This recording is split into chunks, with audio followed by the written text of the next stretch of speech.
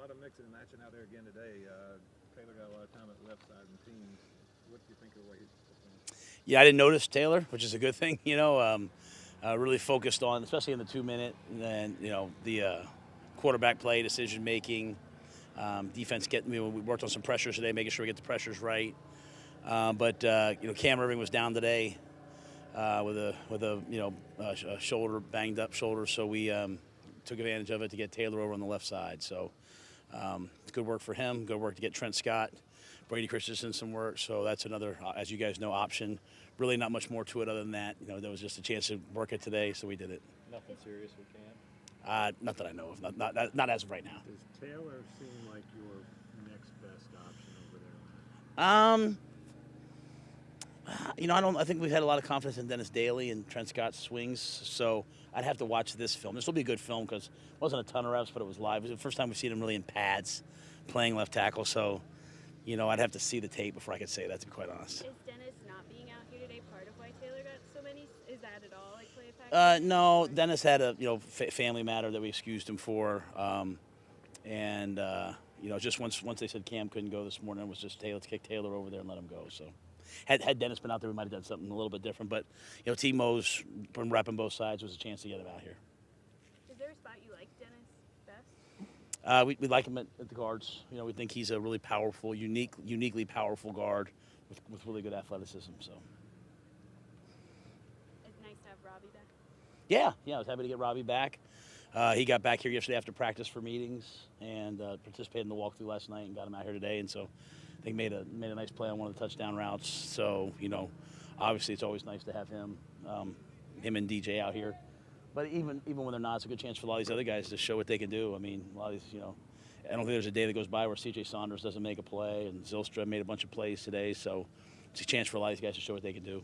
Matt, on that long play where he pulled it in one hand, did you get a good look at that, and in particular the throw from Sam? I was on the back side of it, so I could just kind of see it over the top. But that's a concept. We run a lot and haven't hit. The defense has taken it away, and so Phil really wanted to see some play actions today, and he wanted to run some coverages versus the play actions that would stress them. A lot of defensive coordinators don't like to do that, but Phil likes to put stress. So guys understand where the problems are, and we want to get Sam a little bit more comfortable with some of the play actions. We've been doing so much drop back, 2-minute, third down, red zone. That when we've dropped back to throw play actions, we've called a lot of them, but the defense has covered a lot of them. So we wanted to today have some more throws and put a couple more concepts in. So. It looks like he's doing a pretty good job stepping up in the pocket, getting rid of the ball. A few occasions out there. So. Yeah, I think Sam's getting comfortable back there. We have a pretty good rush, pretty good blitz package, so he's seeing a lot of things. Protecting the ball. I mean, we had a tip pick in the red zone. So, there's always things to learn from. But I do feel like he's comfortable back there. We'll see. Get to Sunday, it'll obviously be live. That always changes things, right, when you have a chance of getting hit. But as of right now, he's done a nice job. How much do you intend to play him in preseason games? Probably not going to talk about that too much right now. We'll get through the joint practices and see where everybody is. I think we have a pretty good plan, but best laid plans, right? If I say it, then all of a sudden it won't happen. So. We'll get through the joint practices, see where we are health-wise, who's available, but our goal is to play as many people as we can this Sunday. Any update on Denzel? It looks like he's still a ways away, not coming along quite as quickly as we would have hoped.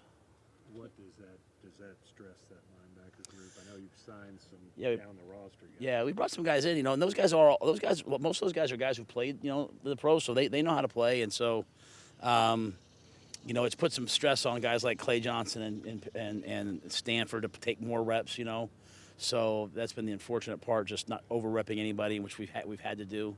We'll have to wait and see when Denzel's ready, whenever they clear him, and when he feels like he can go. And then the two guys you mentioned, they both were out today. Yeah, we sat them today, so hopefully we'll have them. My goal is to have them ready for Indy, so they've taken a lot of reps. So just hopefully they can be ready to go this week. Today's practice was a little shorter. Are you planning on keeping it light, heading into Indy? No, I thought yesterday, I was really proud of the football team yesterday. You watch the tape, that was as good as we've looked at since I've been here in terms of physical, in terms of run. I think anytime you get guys that are in a live goal line period, and they're screaming like, "Hey, let's run it back!" And we want more reps.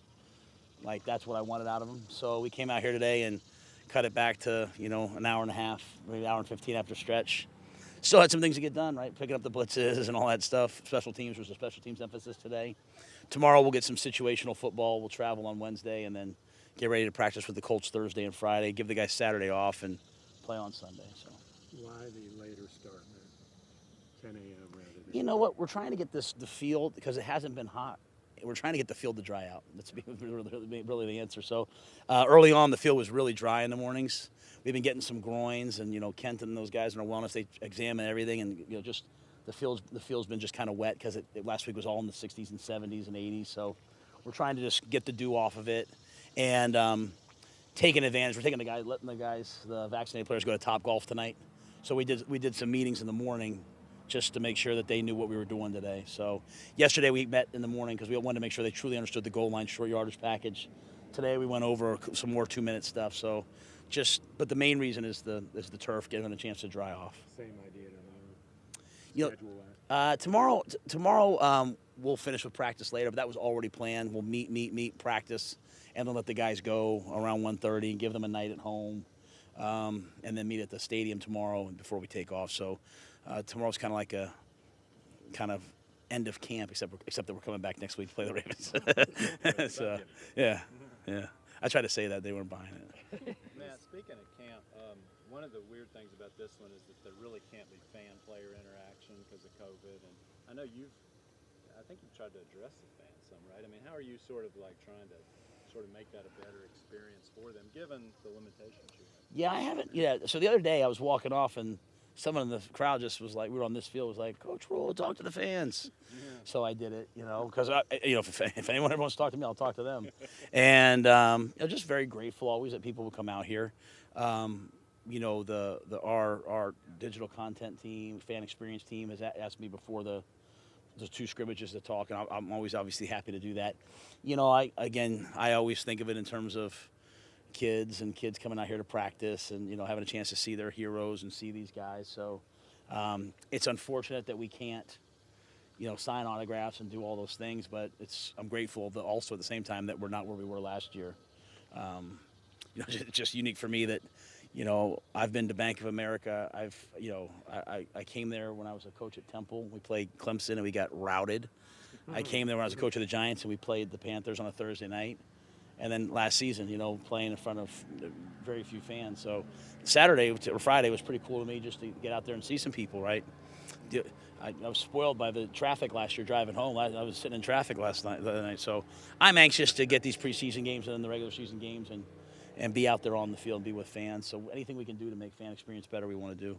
Hey, Matt, what did you guys see in Dan Arnold? And obviously it looks like he's a big part of the red zone play, but sure. What did you see in him why you guys brought him in, and what do you think he can do? Yeah, I mean, Joe had some experience with him in New Orleans. He had been there. But B, we got ready to play the Cardinals last year, and in game planning the Cardinals, I really liked him. And so when it got to free agency, he was someone that we targeted, potentially that we could get. We were able to get him. And I personally believe when you study young quarterbacks, they all kind of have a go-to receiver that they whenever they get in trouble, they just know to go to that person. And typically a lot of these guys, they like big players, hey, I'm in trouble, I'm just going to find Kelsey. I'm just going to find one of those guys. And so to me, I wanted us to get someone that was in that 6'5" range that you could see across the middle of the field and third down and red zone. You can see now Ian is becoming a part of the passing game. He's developing, caught one today. Dan as well. But that was kind of the thought process. Let's go find a big receiving tight end. And after having played the Cardinals, I knew what he could do and had a lot of respect for him. So, we targeted him and got him. And he's definitely he's definitely the brand of guy we want. You talking about brand? Is there something about a D2 guy, a D3 guy? There are a couple of those on the roster that you see out here on the practice field. It's like this guy had to do it the hard way. Yeah, I mean, first I'll say I think each person's their own person, right? So I don't ever generalize, but I do think there's something about guys, who came up the hard way, came up, everything hasn't been easy for them, whether it's they were a walk-on, whether that's they've battled through some personal adversity, whether it's, whatever it is. I mean, as Ryan Holiday says, the obstacle is the way. I believe that, right? So people that have had to overcome adversity, they just kind of figure it out, man. And so, that's who Dan is. I mean, he's, I think he was undrafted. I think he's he's a Division III player. I mean, everything he's done on his own merit, and that's a great mindset to have when you have guys like that. Did you have any background with Wisconsin Platteville? No. Dan's my first. Is there a coaches group at Topgolf tonight? No, coach, we have to work. We're not working. So I got a bunch of golfers on the staff, but guys like Phil, they won't, once the season starts, they don't believe you can pick up a club again until it's over. So that's Phil. I don't know about some of the other guys. So, Matt Lombardi, our assistant quarterback coach, he's a scratch golfer. So, yeah.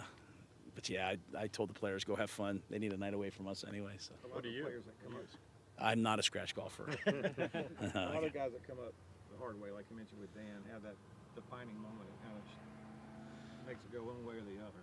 Did you see anything with him?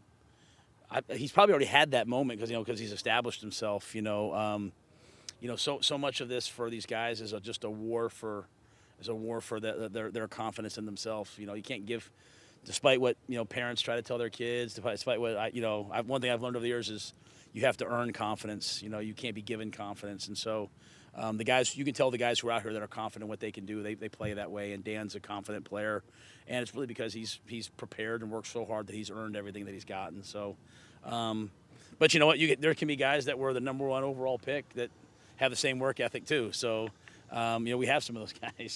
So DJ Moore's a grinder, a worker. So, I just think each person's their own person, but they probably know that moment better than anybody else. That aha moment, when they realize, hey, I can do this.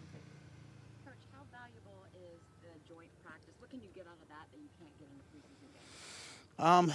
I think first and foremost is a chance for our quarterbacks to play against another defense, another look, another blitz package, without getting hit. To be quite honest, you get in the preseason game, they're going to get hit on third down. Maybe we'll get a couple reps, but to get a 2-minute versus the Colts, to get a third down package versus the Colts, to see different looks, to see a different defense, make different checks for our quarterbacks, to me, it's invaluable. And we're going against 2 of the best offensive and defensive lines in football in the Colts and the Ravens. I mean, their defense, both defenses are outstanding. So our defense will have a chance to measure themselves against their defense. Our offense will have a chance to see themselves. And I look at it as a great way for us to go spend 4 days, someplace new. We're highly vaccinated, so the guys can go out to dinner or they can spend time with each other, So to me, it's just yet another unique experience to break this camp up. It'll make it a hard camp. There'll be intense practices, but there's nothing wrong with work.